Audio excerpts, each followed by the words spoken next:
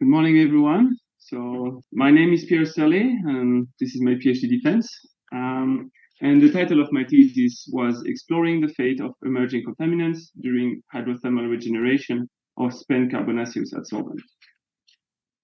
So since 2015, European Union has been trying to transition from a linear economy, where basically you have a company that has an idea, they design a product, they produce it, they sell it. Of course, people are using it, and then it's discarded as a waste and goes thermal, or when they are either burned or put in a landfill. And European Union wants to go from this type of economy into a more circular economy, where we try to reduce the maximum the amount of waste emitted, but also have the production of those goods in an energy efficient way, and to make them more durable, also more repairable, because then we can use it several times, reusable, and also in the end, if they are not able to be, if they are totally broken, then to make them recyclable into other different type of material. So in my thesis, I've been working on three of those points, which is energy efficient, reusable, and recyclable. So in this thesis, I didn't design something like a computer or something. I designed adsorbents, and those adsorbents are made to remove contaminants in the wastewater, in the water. And so the idea is, of course, to make them reusable, because we do not want to just discard them immediately. And to reuse them, then we need to regenerate them in a specific way, which is more energy efficient. And in the end, when they are, of course, at some point, they will not be able to be used for this specific adsorption or this specific use, then we need to make them recyclable. So now I will just go more into wastewater. So Capucine already showed a little bit how it is, but it will be a little bit of a rehearsal for that. But we can start with us, human, cattle, also industry, it could be pharmaceutical industry or different type of chemical industry. We release sewage, and those sewage end up in the primary treatments, where you remove the big particle.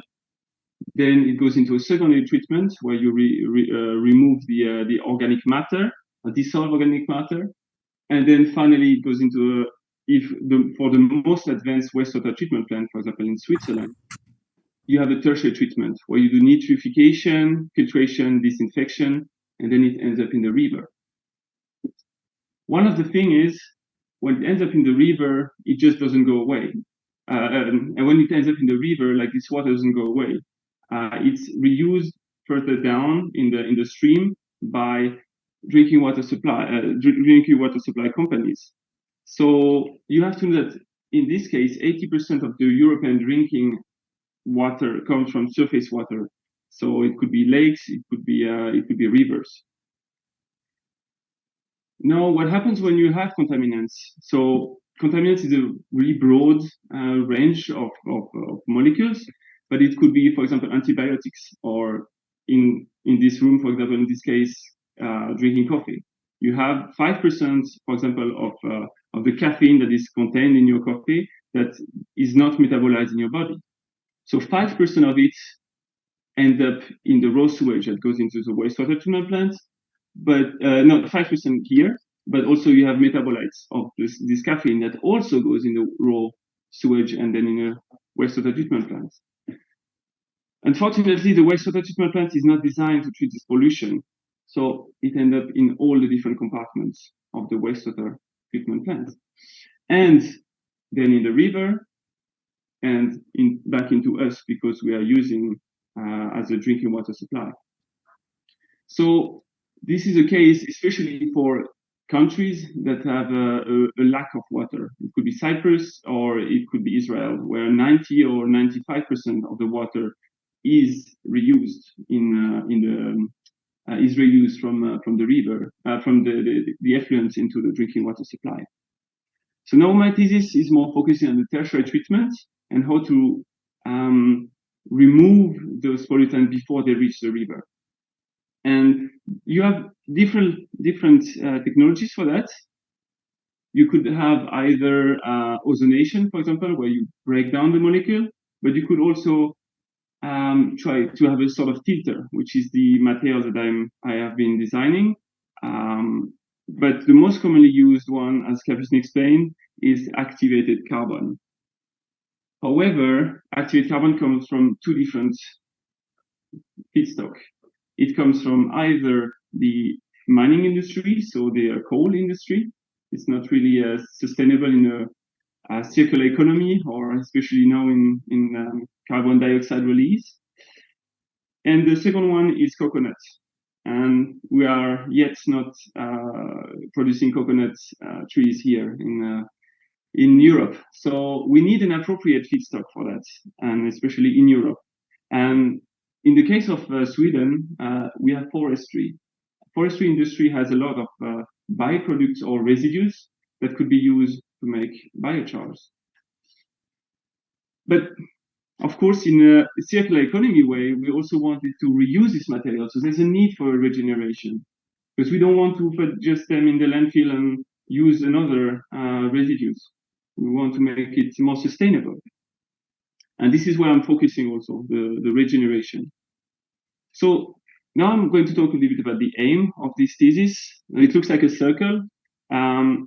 First, I was producing and characterizing the activated biochar. So the alternatives, those activated carbons that I've been talking about, I'm going to say that they are activated biochars.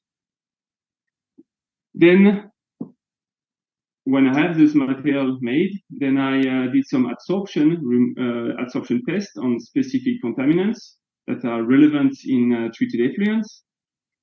And then, of course, when you have those materials that have a lot of adsorbed a lot of contaminants on the surface, I wanted to see if there could be a way to degrade those contaminants on the surface of the material, but also see what type of transformation products or what type of secondary or tertiary pollution we are creating.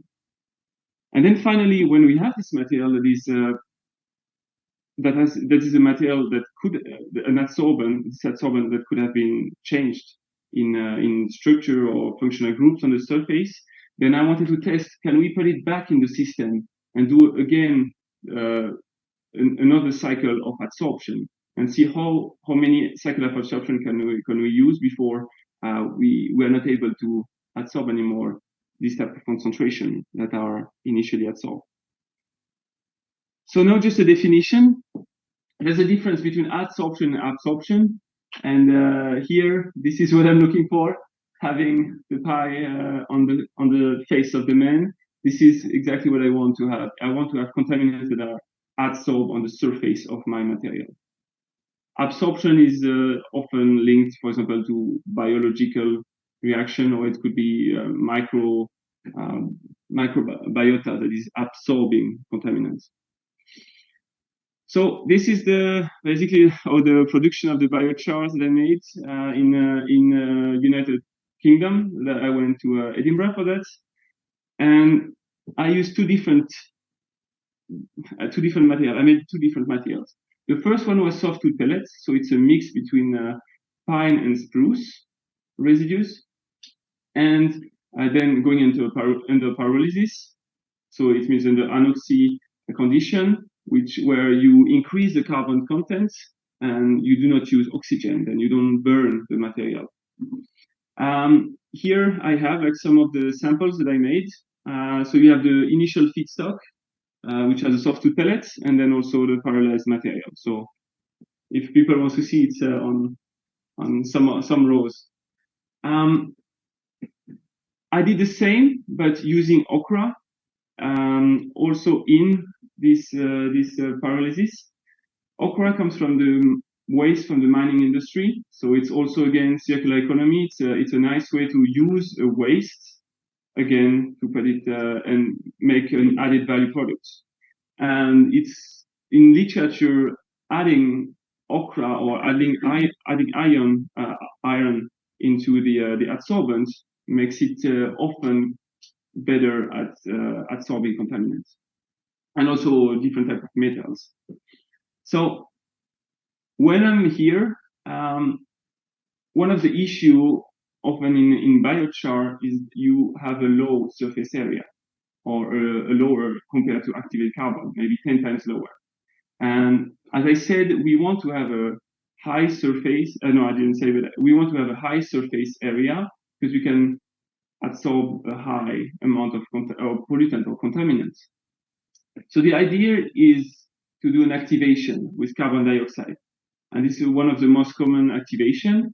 And you basically are creating more pores on the surface of the material. And when you create more pores, then you have more contaminants that could be absorbed. And then you have an increase of surface area with the temperature. Now, this is an example of one of the materials that I made. So here on the y-axis, you have the pore volume, which is often related to the surface area of the material. And then at the bottom, you have the pore size. Usually in an adsorbent material, you want, for contaminants, so small molecules, you want to have it between 0 and 20 nanometers. You want to have the highest amount of pores. Here is the activated one, where you can see that at those regions, it goes quite high compared to the non-activated, so just the biochar. In this case, they are just here. So this is one of the reasons why we need some sort of activation to increase the amount of pores and the volume of pores. So, of course, adsorbent is not, it's only one part of the equation. You also have the adsorbate. Adsorbate is the molecules that you want to adsorb on the surface of the adsorbent. And in this case, in my thesis, I worked with 3 different adsorbates, which is caffeine, trimethoprim, and sulfamethoxazole. Caffeine is well, everyone is drinking coffee, right? So especially in Sweden, it's pollutant that can be seen in treated effluents, and it's a pollution that's created every day because every day we are drinking coffee. So that means that even though caffeine degrades in quite well with light, you still are producing it every day, and it's a neurostimulant, and it has some effect also on the wildlife. Trimethoprim and sulfamethoxazole are usually antibiotics, and they are called wide range of antibiotics because they are used in combinations, and then it's used quite often in hospital, for example. So again, they are quite relevant to these effluents because we also find them in water. Caffeine is much more hydrophilic compared to trimethoprim and sulfamethoxazole, but also it's neutral all over the pH between pH 4 and pH 9, compared to trimethoprim and sulfamethoxazole that have different type of that is positively charged at pH 4 for trimethoprim and neutral at pH 9, and for sulfamethoxazole it's neutral at pH 4 and negatively charged at pH 9. So you have difference in functional groups, in structures also, in partitioning coefficients, but also in use. So that's why I wanted to choose those three compounds. And now a third part of the equation is it's also about the matrix, because now you have wide differences between the adsorption in pure water or in a treated effluent, because you have competition between organic matter, for example, or salt. Salt is also influencing the adsorption and also the pH in the wastewater. So that's why I wanted to also check which parameter governs also the adsorption.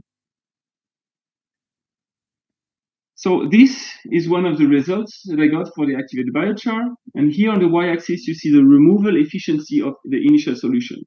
So I had an initial solution at a specific concentration, and I wanted to see how much do I have in the end. So this is the amount that has been removed in the end. So like, for example, for sulfamethoxazole, which is SMX, you have 30% that is removed at the end of the adsorption after 24 hours. Here you have the compounds, sulfamethoxazole, trimethoprim, and caffeine. And what I did first is I wanted to see the influence of sodium chloride. So I did concentration between 0 and 0.1 molar of sodium chloride. And as you can see here, there are not statistical difference between those different concentrations. Similarly, for the iron-doped material, which is the one that has been used with ochre, where I added the ochre before the pyrolysis, you have a higher removal efficiency for the same concentration, but otherwise there's no significant difference with the concentration of salt. Now, in the case of the influence of humic acid, which you have also in wastewater treatment plants or in the effluents, I want you to focus more on trimethoprim because sulfamethoxazole and caffeine didn't have significant differences. Here you can see that at 0.1 milligram per liter of humic acid, you have a massive increase of removal. So you have a decrease of the quite a big decrease of the concentration in after adsorption, after I put the adsorbents. And one of the reasons that could be that I hypothesize is in those conditions, trimethoprim is positively charged, and the activated biochar or the adsorbent that I use is also positively charged. One of the things is the humic acid is negatively charged. So there could be a sort of complexation between the humic acid and the activated biochar, making it more easier for trimethoprim to be adsorbed to the surface of the material, because you avoid having those electrostatic repulsion that you have if you have a positively charged activated material and also a positively charged contaminants. And this was also seen again for the iron-doped activated biochar.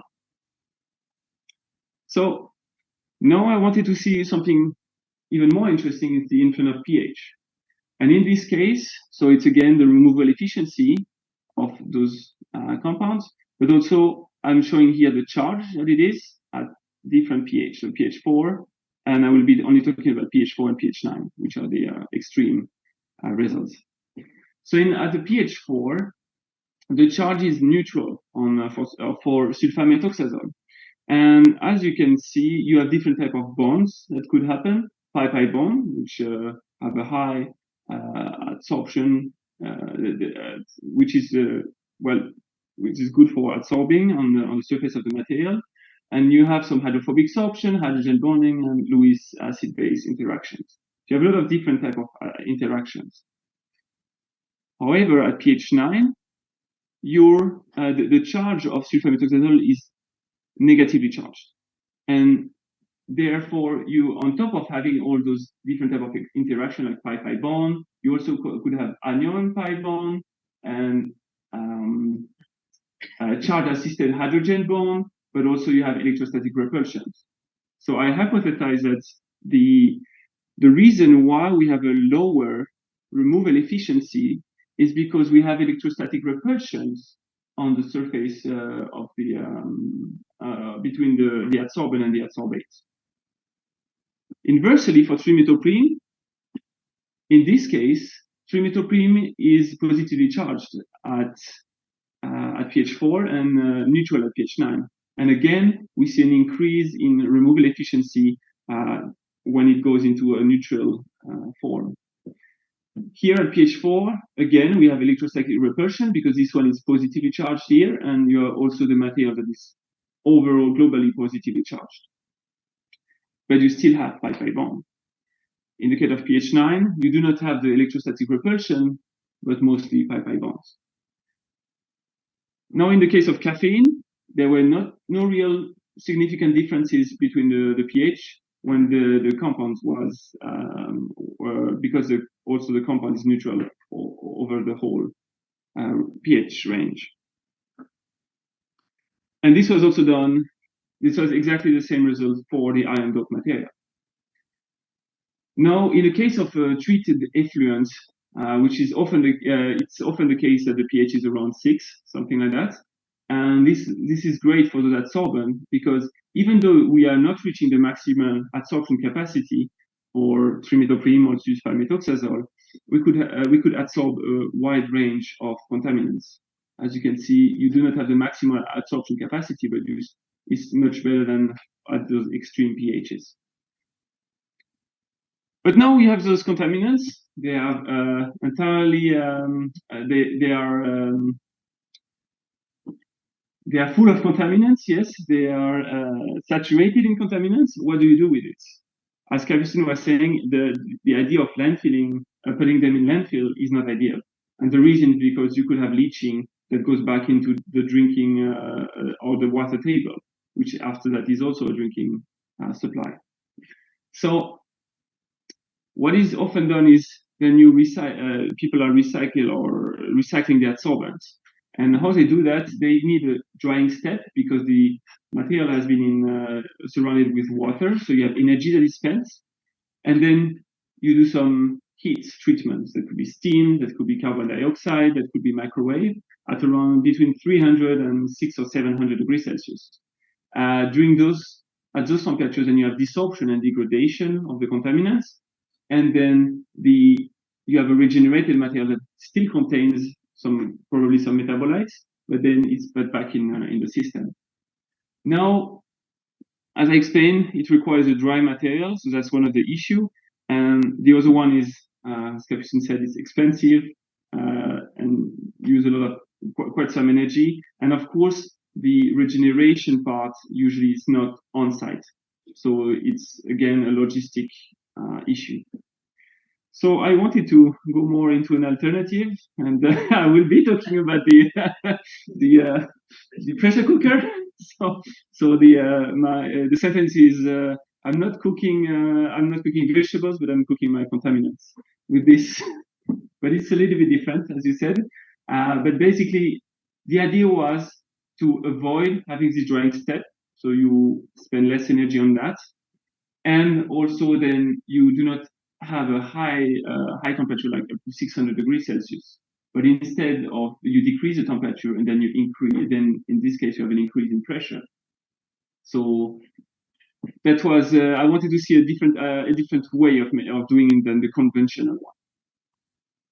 And for that, the experimental setup was two different experiments. One in absence of adsorbent, because I wanted to identify the transformation products when I do this hydrothermal treatment. This is the pressure cooker is called hydrothermal treatment, but also in presence of adsorbents, because I wanted to know, okay, what is the influence of the adsorbents, because there might be an influence, but also what is the regeneration efficiency? So after 3 cycles, can we reabsorb again contaminants on the surface of those material? So the experimental setup, in this case, I'm just going to talk about adsorbents, not the one in absence of adsorbent in this figure. So here you have an activated biochar that is saturated, and then I add pure water. I seal this borosilicate glass, and I put it in a reactor, and then for 4 hours at 160 to 320 degrees Celsius, and I want to see what is the degradation of the parent compound. And then, of course, there's some filtration and running through LC-MS for the targeted analysis, but also on the LC-MS cutoff, it's not cutoff-MS, for the non-target analysis. And the non-target is for more the metabolites, so the transformation products, and the targeted one is caffeine, sulfamethoxazole, and trimethoprim. So here is the result for the parent compounds. So here you have the initial concentration of the contaminants that are remaining after treatment. So here, for example, you have 70% that is remaining compared to 100%, which was initially before the treatment. And here is the single compound, so at 2 milligrams per liter, but I also made a mix with between trimethoprim, sulfamethoxazole, and caffeine at 2 and 20 milligrams per liter. So I wanted to see, is there an influence when you have a single compound or a mix is the degradation more difficult when you have a more complex matrix? But also, if you have a high concentration, can you still degrade those compounds?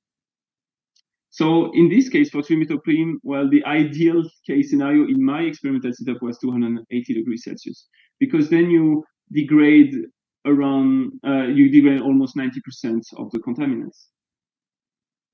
In the case of caffeine, everything has been degraded at above 200 degrees Celsius. And then for sulfamethoxazole, then we still have at 280 degrees Celsius, we still have in the highest concentration, we still have some sulfamethoxazole, but at very low concentration, around 5%. So in my experimental setup, the ideal way of degrading those contaminants was 280 degrees Celsius. But this is the parent compound. So now I want to know in what do they transform into? Do they just become inorganic carbon, or do they degrade into other bigger molecule or transformation product that you can see in the water? And for that, then I did some total organic carbon analysis. And then here, of course, you have this is the standard, so like it's a mix at 20 milligrams per liter of those three contaminants, and you have 100%. They are 100% dissolved, so it's 100% dissolved organic carbon. But when you increase the temperature, you can see that there's an increase in inorganic carbon, such as carbon dioxide or HCO3, but it doesn't reach 100%, which means that 80% of the carbon is still dissolved organic carbon. That means that we have a lot of transformation products that are produced during these reactions at this temperature. So then, what were the transformation products found? Here, I will be just showing trimethoprim. And in this graph, you have different temperature between 160 to 280 degrees Celsius. And then you have transformation products. So you have the initial molecule, which is trimethoprim, and then it goes into different pathways, such as hydroxylation, and then it goes and those are the transformation products that I obtain with the time of flight mass spectrometer. And here you can see some of them are in boxes. It's because they are the one that I could not confirm with the standard. So they are proposed formula. But the one that are not in boxes are the one that I have. I bought a standard and I could quantify those transformation products. Here, I'm just showing you the most abundant one, but there are of course a lot of different transformation products that are at much lower abundance that were detected. Here, we only got two of the transformation products at a very high abundance. And in combination with the degradation at 280 degrees Celsius that I obtained for the parent compound, in my experimental design, then 280 degrees Celsius was the best temperature to regenerate my materials, my adsorbents. So then, let's go to the adsorbents. What happens if we regenerate the adsorbents several times? So here is the similar experimental setup, except that at the end, I'm not discarding the activated material, but what I do is that I put it back in the system and I do a readsorption. So I readsorb the same concentration that I had initially for those adsorbents. And then I'm looking at, are they performing as good as the initial adsorbents when you are regenerating after 1, 2, or 3 cycles. So here you have 100%, which is the initial adsorption capacity of this material. It could be here in this case the commercially activated carbon that is used that is currently used, but also, yeah, I will talk a little bit later about these activated adsorbents, activated biochar. But in this case, you have sulfamethoxazole, where the regeneration efficiency give 80%. So that means that you adsorb 20% less than the initial material. but it's quite constant over 3 cycles of regeneration. On the other hand, trimethoprim increases after 3 cycles of regeneration, and caffeine also increases at 3 cycles of regeneration. In comparison, for the activated biochars, sulfamethoxazole increased immediately after the first cycle of regeneration compared to the initial adsorption capacity, and it went up to like 2 times higher or 3 times higher adsorption capacity after 3 cycles of regeneration. Trimethoprim had also a similar fate, and caffeine was decreasing. For the iron-activated biochar was similar thing, and caffeine again was decreasing even further. So this is the reason why I wanted to see what happened what's the difference when you have only caffeine with different type of in a mix compared to caffeine plus adsorbents during the regeneration. As you can see here, caffeine at 160 degrees is not degraded, it's 100%. And here you can see the temperatures that I've been using. This is at 280 degrees Celsius. And you can see that the initial caffeine, if it's in absence of adsorbent, is entirely degraded at 280 degrees Celsius. However, when you have adsorbents that are, when you have the caffeine that has been adsorbed on the surface of the adsorbent, and then this material has been regenerated, you see differences. And how did I obtain those concentration is because I did an extraction on the surface of the material. So I checked the water, the liquid phase, but also on the surface of the material. And I could still extract caffeine at quite a high amount.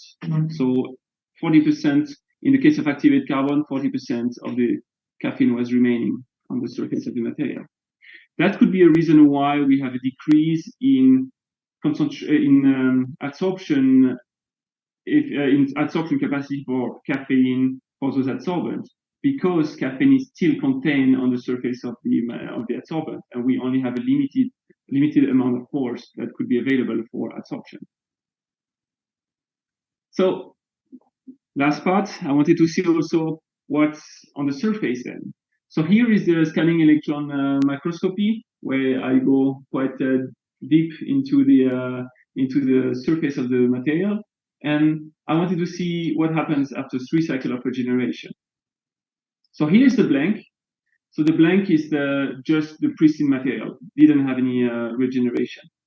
Here is the blank after 3 cycles. So that means that instead of saturating my material with contaminants, what I just did is that I regenerated the material 3 times with water, with impure water. And then finally the saturated one, after 3 cycles, is like I saturated my my material, and then I regenerate them 3 times. There's not so many big differences on the surface of the material. However, when I ran XPS, then I could see new bonds were formed on the surface of the material, which are CO, COH, CN bonds that were formed. CO and COH were formed for both the blank and the saturated material. However, for the CN bond, it was only seen on the saturated material, which means that you had a reaction between the material and also the compounds that could be caffeine, trimethoprim, sulfamethoxazole, because it also contains nitrogen in the molecule. This is the iron doped activated biochar. You can see that it's really coarse compared to the previous one, which was quite flat. This one, you can see like some above is probably the iron that is on the surface that is coating the material. There were the similar creation of those bonds that I explained earlier, but there were also iron O and FeN bonds. So you also have the contaminants that have been interacting with iron. Now for the activated carbon, which was also something very interesting, is when I regenerated this material. Here it's quite flat because it's usually like carbon sheet. But when you saturate it after 3 cycles, you see small dots, which are carbon-based dots. So one of the possibility would be that you have probably the formation of new carbon material on the surface of the activated carbon, which would be very interesting for recycling when we are recycling the material. And for the surface of the regenerated material, so here is the ion-doped activated biochar, and this is the initial pore volume, and this is after regeneration with water. And as you can see, there's an increase in pore volume after regeneration. And one of the reasons could be that those pores have been cleaned. So you may have like some ashes or something that was blocking those pores, and using hydrothermal treatments increases the number of pores on the surface of the material. This could potentially explain also why we have a higher adsorption capacity, for example, for sulfamethoxazole after regeneration than before regeneration. And as you can see, here is the activated biochar. So it's the two different types, and the activated biochar targets has different type of pores, which is maybe the reason why you have different type of adsorption capacity for those materials. So now let's go back to the circle at the beginning, and as I explained, the activation creates mesopores or micropores, which is between 0 and 50 nanometers pores, compared to the initial biochars. You have the ion-doped adsorbents that have a higher surface area. So instead of being around 300 square meter per gram, it went up to 600 square meter per gram for the ion-doped adsorbent. And it has a high point of zero charge, which means that most are up to a very high pH, then the adsorbent is positively charged on the surface of the surface of the material is positively charged. Now for the adsorption part, then it was enhanced. The adsorption capacity was enhanced by the ion-doped material, and it's probably also due to the surface area that has been increased. And there's a strong influence of the pH in function of course, the contaminants that were adsorbed. And neutral compounds, for example, as you can see, caffeine, there were no differences with the pH. Then neutral compounds are favored with the pi-pi interaction between the adsorbent and the adsorbates. Now regarding the degradation, caffeine, as I shown, has been protected, sort of protected by the adsorbent. So we need to use higher temperature to break down this molecule when it's in presence of adsorbent. And the temperature needed has to be higher than 240 degrees Celsius, even in a single, even when there is absence of activated adsorbent. And we are creating a lot of transformation products because we only have 20% of inorganic carbon that could be quantified when we did total organic carbon. And finally, some of the compounds where the regeneration efficiencies was much higher than 100%, and even after 3 cycles of regeneration. So it's quite good. And the bulk structure remained intact, as was seen on the SEM part. And there's no decrease of surface area after regeneration, as I shown for the ion-doped and the activated biochar that I presented, and it even increases after regeneration. And then finally, new bonds are formed that could be potentially good for different type of adsorption. It could be, for example, for gas adsorption, or different type of also different type of new material that could be created with this the differences in the structure of the material. So the perspective, this was only done in lab scale. So it would be really interesting to see that when we are using in a wastewater treatment plant. And this is especially true because I didn't talk about matrix.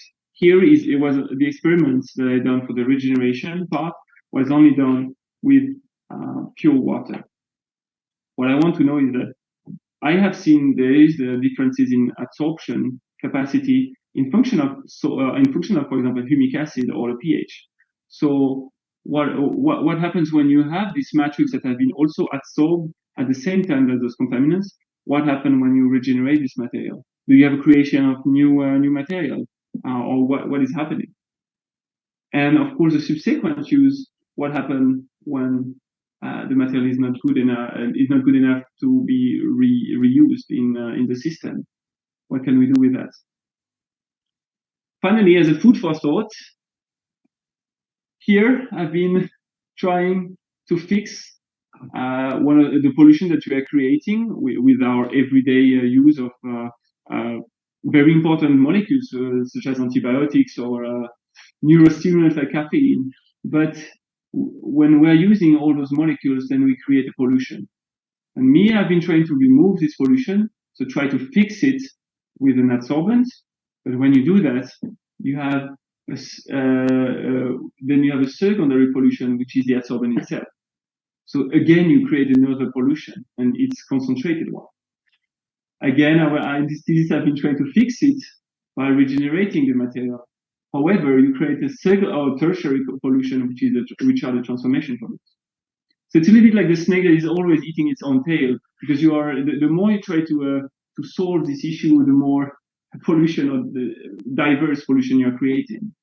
So I was thinking that why not design maybe more green chemistry, more safer chemicals, so they degrade better in wastewater treatment facility, and then we would have less issues with that. On this note, I would like to thank you for listening to me, but also the research funds, which is Umeå University and Bio4Energy. The partners that, of course, I did all the analyses here, the TAP trace analysis platform, and also the University of Edinburgh for making the material. And then people, my supervisor, Stina Jansson, and my two co-supervisors, Jekertik and Ulrika Rova, and my collaborators, such as Christine Galancois, Christian Bose, and all the other co-workers that helped me in my work. And then finally, my wife, that is not here, but she's listening, I hope, at home, with the two monsters, so my kids. And finally, my family and friends, if I have any. So thank you very much.